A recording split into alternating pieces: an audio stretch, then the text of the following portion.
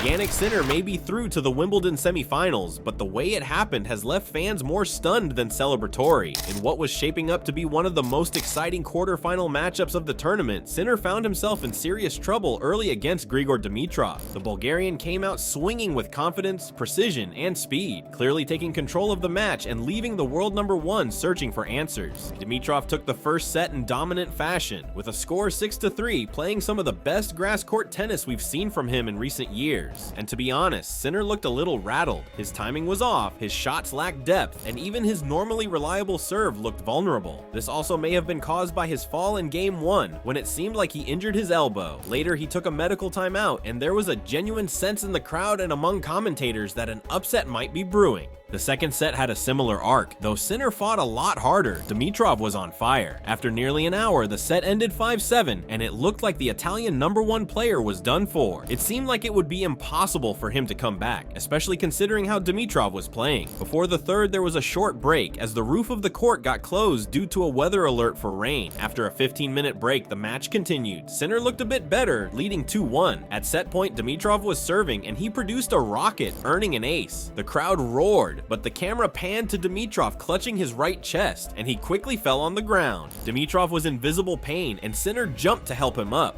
What followed was truly heartbreaking. It seemed like Dimitrov knew there was no coming back from this. He was in tears, and in a conversation with the doctor, he said he could not even lift his arm up, with the injury probably being a pec tear. He then left with the medics in the locker room, with everyone hoping somehow he comes back and plays out the match. Unfortunately, that was not the case. A couple of minutes later, Dimitrov came out and shook the hand of Sinner, indicating that he cannot continue. The severity of the injury was even more evident when he needed to help his right hand with his left just to lift it up and shake the umpire's hand. In a class act, Sinner helped Dimitrov with his bags when he was leaving the court, and in the interview later admitted that Dimitrov deserved to go through and that he was better. He also said, "I don't know what to say. He is an incredible player. We all saw this today. He's been so unlucky in the past couple of years. I don't take this as a win at all. This is just a very unfortunate moment to witness for all of us." And Sinner is unfortunately right. Dimitrov has had so many injuries and has had so many mental problems because of it, and seeing him produce one of his best matches in recent memory felt deserved, just for him to get injured again. For Sinner, this wasn't the kind of win that gives you confidence heading into a Grand Slam semifinal. If anything, it leaves more questions than answers. Was Sinner truly off his game, or was Dimitrov just that good? Would Jannik have found a way back into the match had Dimitrov stayed healthy? We'll never know, and that's part of what makes this situation so frustrating for fans and analysts alike. Dimitrov was arguably playing better tennis, and based on the first set and the start of the second, he had a real shot at knocking out the tournament's top seed.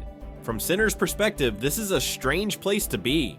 Yes, he's in the next round of Wimbledon. Yes, he avoided what could have been a long, physically draining battle, but this wasn't a confidence-building win. It wasn't a reminder of his dominance. In fact, it may be the exact opposite. If anything, the match exposed some cracks. He didn't look sharp, he didn't look fully in control, and the brief time he spent on court before Dimitrov's injury showed a version of Sinner that isn't unbeatable. Not by a long shot. And that brings us to the bigger picture here. As the world #1, Sinner has been under a microscope since the start of the tournament, with Novak Djokovic returning from injury and Carlos Alcaraz playing with swagger. Every point Sinner plays is analyzed for signs of vulnerability or strength. And heading into the semifinals, there's now a sense that his road hasn't been as battle-tested as it could have been. Sure, you can only play who's in front of you, but escaping a match where you were losing thanks to an injury will always come with an asterisk in the minds of fans. On the other side, Dimitrov's story is just as heartbreaking. At 33 years old, he's been working tirelessly to return to his best form. This run at Wimbledon looked like it could be the breakthrough he'd been chasing for years, a chance to return to the Final Four at a slam and prove he still belongs in the upper echelon of the sport, and he was playing like it too. Against Sinner, he was fluid, confident, and aggressive. It wasn't just that he was leading, it was that he looked like the more complete player. That makes the injury even more painful. This wasn't just a routine loss or a close 5-setter, this was an opportunity ripped away by something completely out of his control. For fans, this was tough to watch. One moment you're watching a potential upset unfold, and the next, you're watching a player in tears leaving court in pain. It's a reminder of how fragile tennis can be at this level, how unpredictable some injuries can be and can change the course of a tournament or even a career.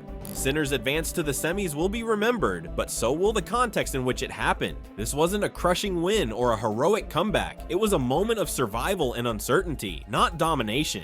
And that raises an important question. What kind of Sinner will we see in the next round? Will he come out with more urgency and sharpness now that he's had a wake-up call? Or will this strange victory leave him off rhythm and mentally disconnected? Either way, the pressure will only grow from here, and if his goal is to lift the Wimbledon trophy, there's no more room for shaky starts or second chances. Also, there are concerns regarding his elbow injury as well. It was a quite unfortunate fall, Sinner said in his post-match press conference. I checked the videos a little bit and it didn't seem a tough one, but I still felt it quite a lot, especially on the serve and forehand. I could feel it. So let's see. Tomorrow we are going to check to see how it is, and then we'll see. Having recently split with his physiotherapist and trainer, he will work with the ATP Tour's physios on his elbow. Here they have good ATP physios in any case. He said, the doctor's good, as I said. Tomorrow we are going to have an MRI to see if there's something serious, and then we try to adjust it.